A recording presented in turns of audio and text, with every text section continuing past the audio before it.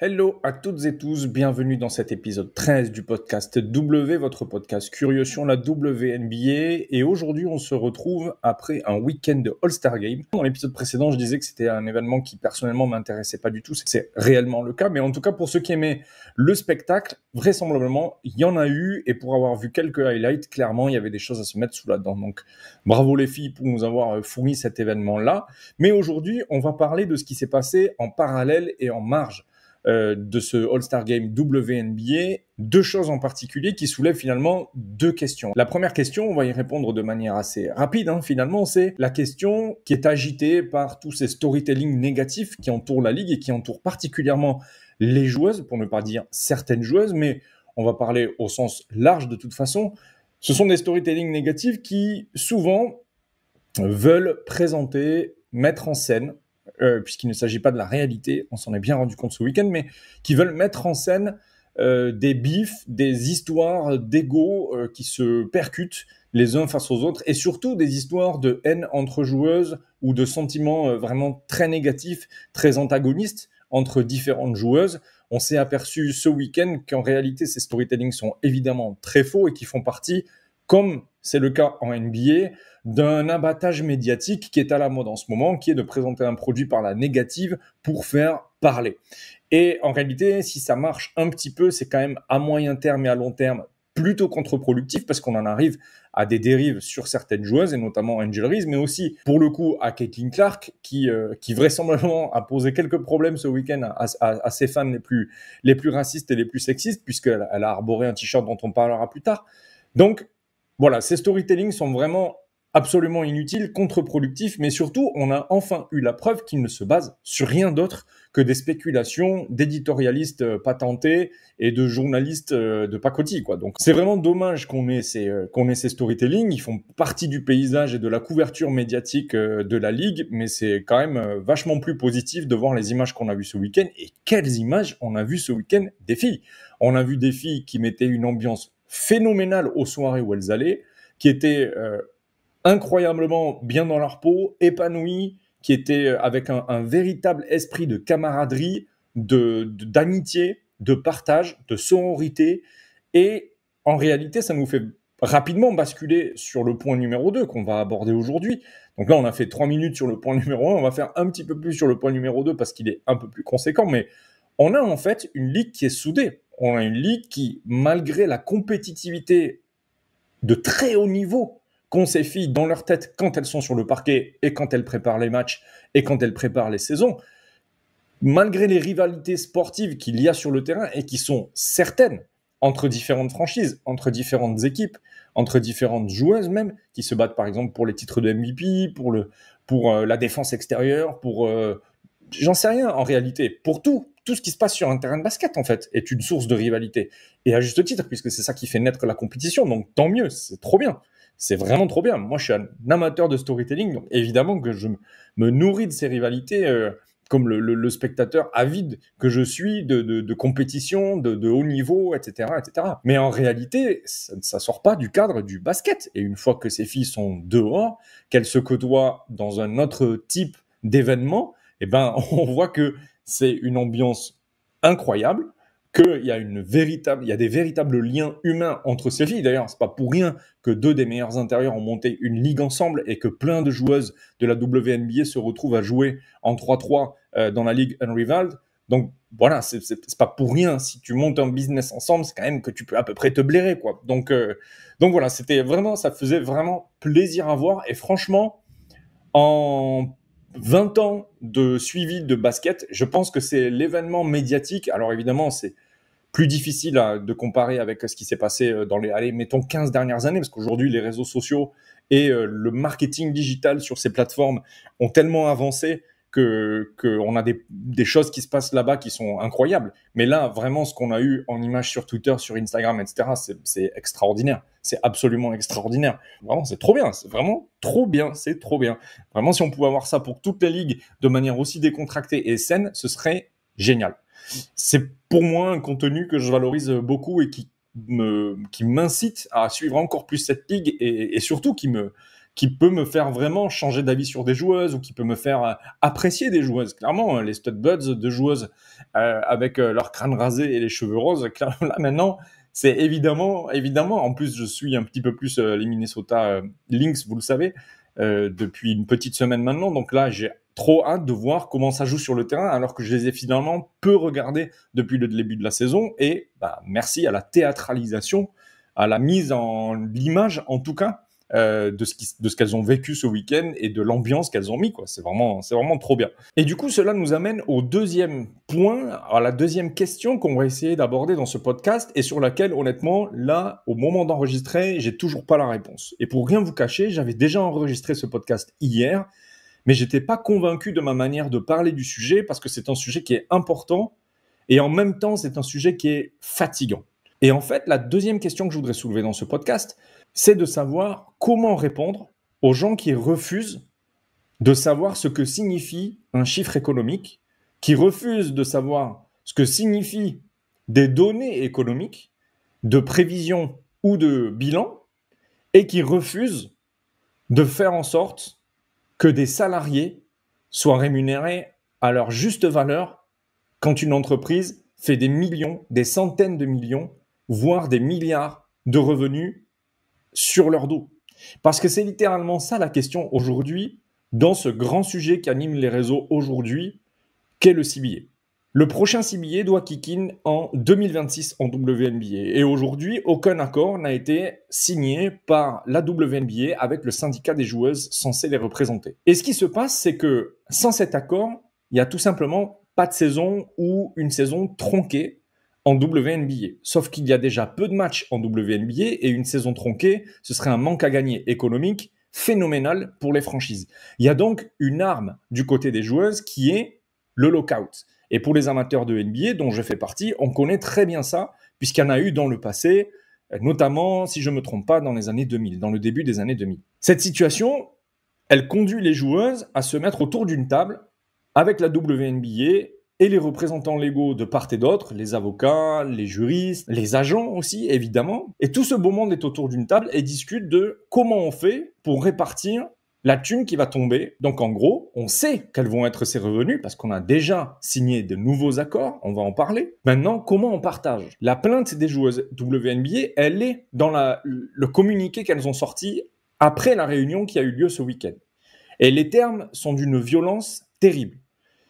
La WNBA dit « Il n'y a rien de pire que la situation actuelle de la WNBA et du partage des revenus pour les joueuses. Rappelons qu'elles ne touchent que 9,3% des revenus que génère la WNBA, alors que les joueurs NBA touchent 50% des revenus de la NBA. Il n'y a rien de pire que cette situation-là, que de croire qu'on pourrait la perpétuer, qu'on pourrait la pérenniser, qu'on pourrait continuer avec ce statu quo. Et c'est une situation qui est très brutale à la fois pour les joueuses, mais qui est aussi très violente à recevoir pour la Ligue. Mais c'est une violence qui est saine parce qu'elle émane d'une sainte colère. Elle est vraiment issue d'une colère qui prend sa racine dans l'exploitation par des propriétaires, par des businessmen, de leurs salariés et de leurs produits.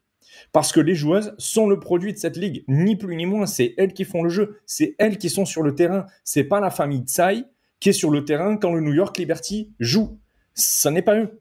Si c'était eux, personne ne regardait la WNBA. Clairement, moi en tout cas, j'en aurais rien à faire de cette ligue. Clairement, je suis là pour regarder des joueuses qui ont un niveau tellement fort, tellement beau, que le jeu qui est produit, que les matchs qu'on peut regarder sont incroyables à regarder.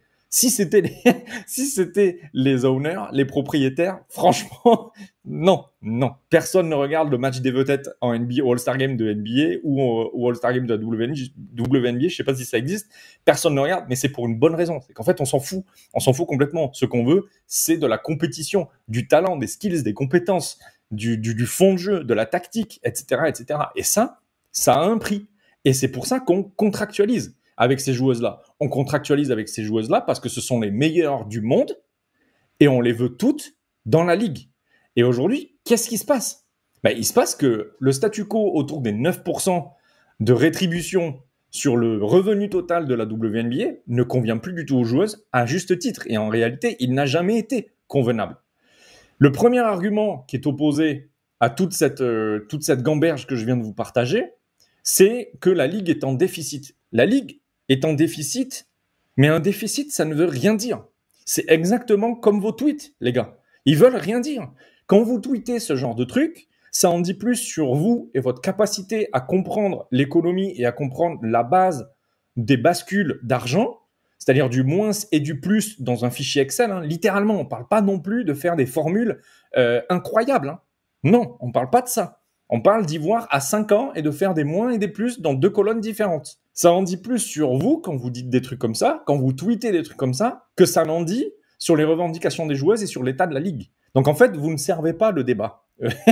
Vous ne servez pas le débat. Et les gens qui font un tout petit peu de contenu sérieux sur la WNBA ne vous calculent même pas. Et ils ont finalement raison. Et moi, c'est bien parce que j'ai un podcast personnel dans lequel je peux me permettre des éditos que je vous réponds. Mais la réalité, c'est qu'on ne devrait même pas vous calculer. Parce que vraiment, vous devriez écouter ce qui est dit plutôt que de tweeter. Ça commence à devenir vraiment urgent. Donc la réalité du déficit, c'est que c'est un déficit d'investissement. Ce n'est pas un déficit de revenus. Ce n'est pas que la WNBA ne génère pas assez de revenus. C'est qu'elle préfère investir plus qu'à ce qu'elle ne touche aujourd'hui. Et pourquoi elle décide de faire ça?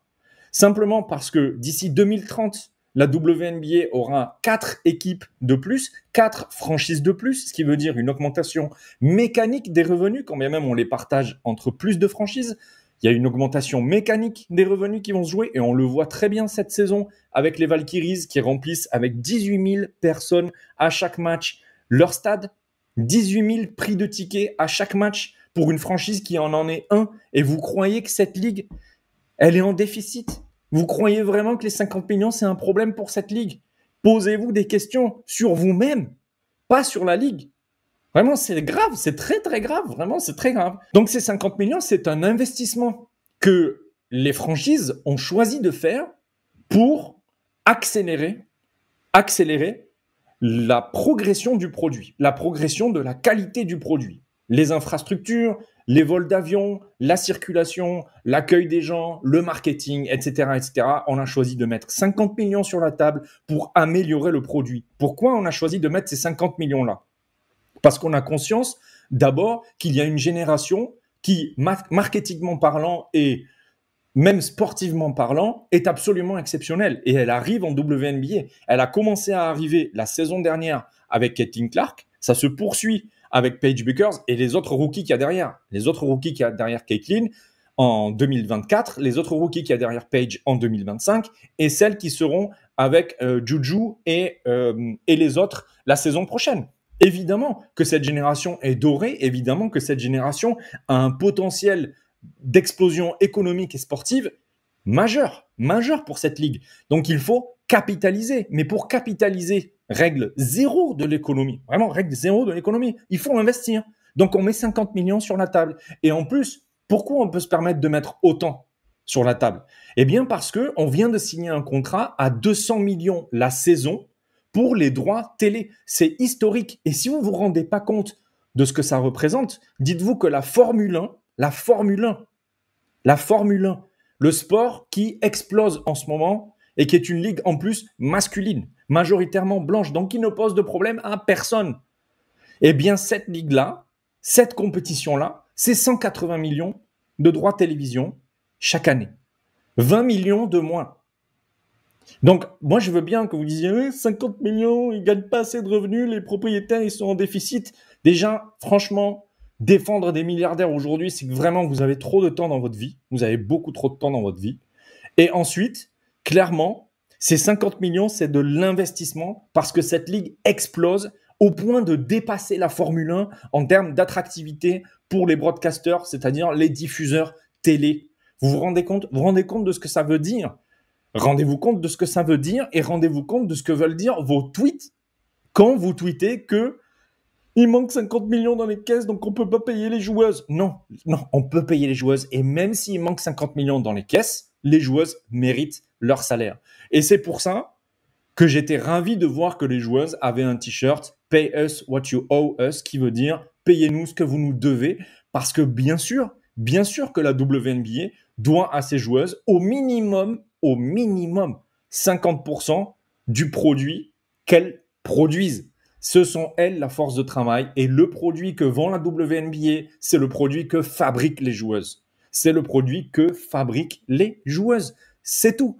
Arrêtez de vous prendre la tête avec les histoires de déficit. Vous croyez vraiment que des milliardaires vont investir dans des nouvelles franchises, rester là, que la NBA a mis des billes dedans parce que ils savent pas gérer? Non, ils savent extrêmement bien gérer. C'est pour ça qu'il y a de plus en plus d'investisseurs autour de la WNBA. C'est pour ça qu'il y a de plus en plus de sponsors. C'est pour ça qu'il y a de plus en plus de franchises.